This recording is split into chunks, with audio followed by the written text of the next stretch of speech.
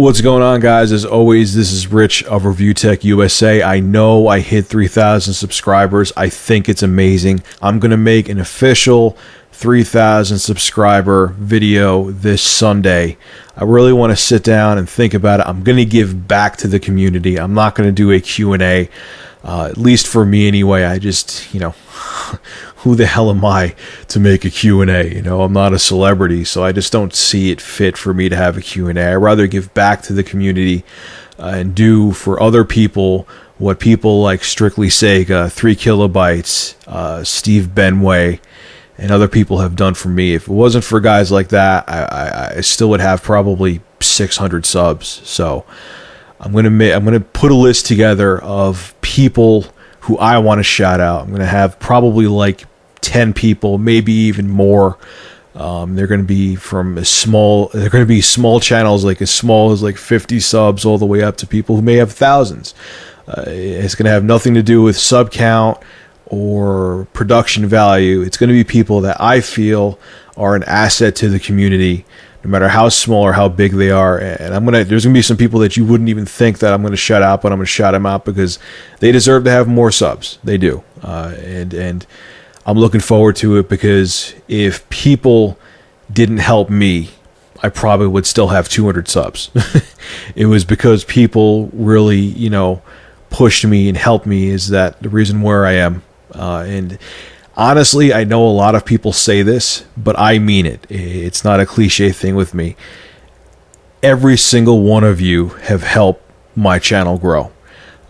Because minus obviously the porn spam sites that pretend to be women that sub to me, which I wish I could delete them. But anyway, the real people that are subscribed to my channel, every single one of you are important.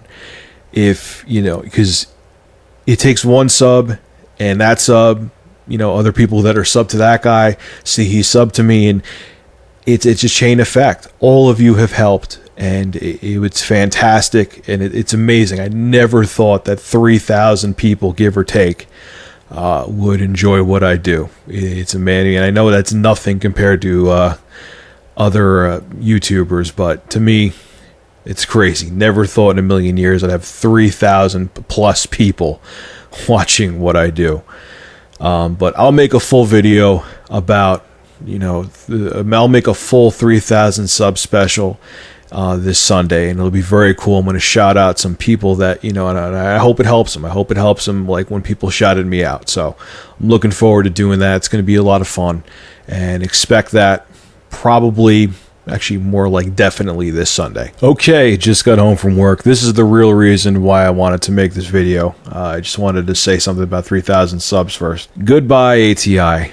I know this is going to probably start another nerd war with people trolling this video and calling me every name under the sun because I hate ATI, but I'm done with them, man. I've had NVIDIA cards since 2004, 2005, and never once have I had any kind of software issues with them. And because of the price and the value, in 2010 I switched over to ATI. I started off with the 5770. The card ended up being a disaster. I brought it back and upgraded to a 5830. And that card, the card I have as of now, which will change once I get my tax return, because I'm going to sell it, and the difference I'm going to pay for with my tax return to get a NVIDIA GTX 470. The 5830 was okay until I went over to Windows 7 64-bit. Now, before everyone jumps on me and says you didn't do this and you didn't do that, this card was used with 2 different motherboards. Okay, first and foremost, it worked fine with both of them when it was 32-bit. The power supply has more than enough voltage and amperage on the rails. All the drivers have been updated. The BIOS of my motherboard has been updated. All of the hardware has been stress tested and ran through multiple different kinds of diagnostic software. I'm including the CPU of the computer, the RAM of the computer, the GPU, the RAM on the video card, the hard drives, you name it. Everything has been tested. Even as of recently, I reinstalled the operating system, not because of the video card, but because I had some viruses on here, and it's just easier, instead of using virus removal tools, just to reinstall the operating system, especially since I have a secondary drive I dump everything onto. So there was nothing really important on my main drive, so just wiping it out and reinstalling the drivers really isn't that big of a deal. I'd rather do that instead of remove viruses. So everything you could think of was done, okay? And when I had a 32-bit OS, which pretty much guarantees it's a software issue, when it was 32-bit, this card was rock solid. When I move up to Windows 7 64-bit, I now have programs that I have to use in Windows 7 64-bit. Also, too, 4 gigs of RAM with all the HD video editing that I do. I have to upgrade that soon too. I may have to use a little money from my tax return for that too. Saving the rest of my damn tax return this time, though I have nothing else I need to buy with it. But yeah, I can't go back to 32-bit.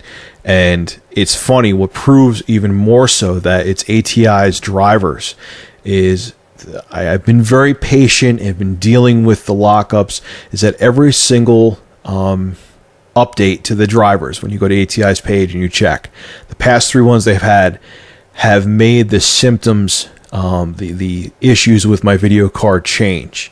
The newest one now is always has something to do when I'm in either Google Chrome or Internet Explorer. When I game, I never have a problem with it, but the newest one now is when my computer when the screen goes to sleep. When I turn it back on, it actually locks up the driver for the video card. And then before that, it was when I was watching YouTube videos, like once every 6 hours, say I went out and came back home. If I went online and looked at a YouTube video or something, it would freeze up and the video would turn green and it would say the ATI driver had stopped.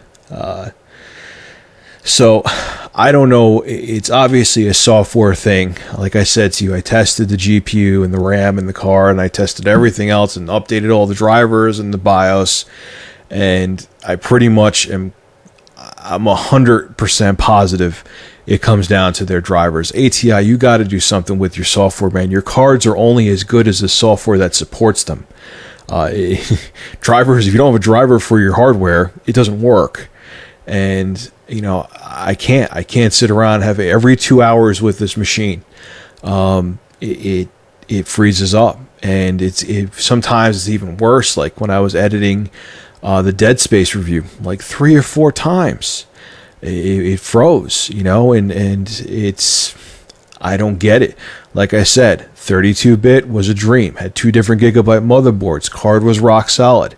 So it's pretty safe to say this is a software issue, and I can't take it anymore. I've had multiple NVIDIA cards, and this never happened. So I'm going to get I'll probably post a picture of it right here, a EVGA NVIDIA GeForce GTX 470.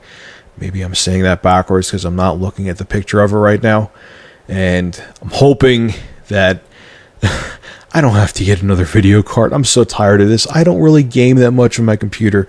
The 5830 is fine for what I do. It's what pisses me off too. I mean, it's not going to cost me that much. It's going to cost me like 90 or 100 bucks with the turnaround I'll get from the 5830, because I am selling it. There's nothing physically wrong with it.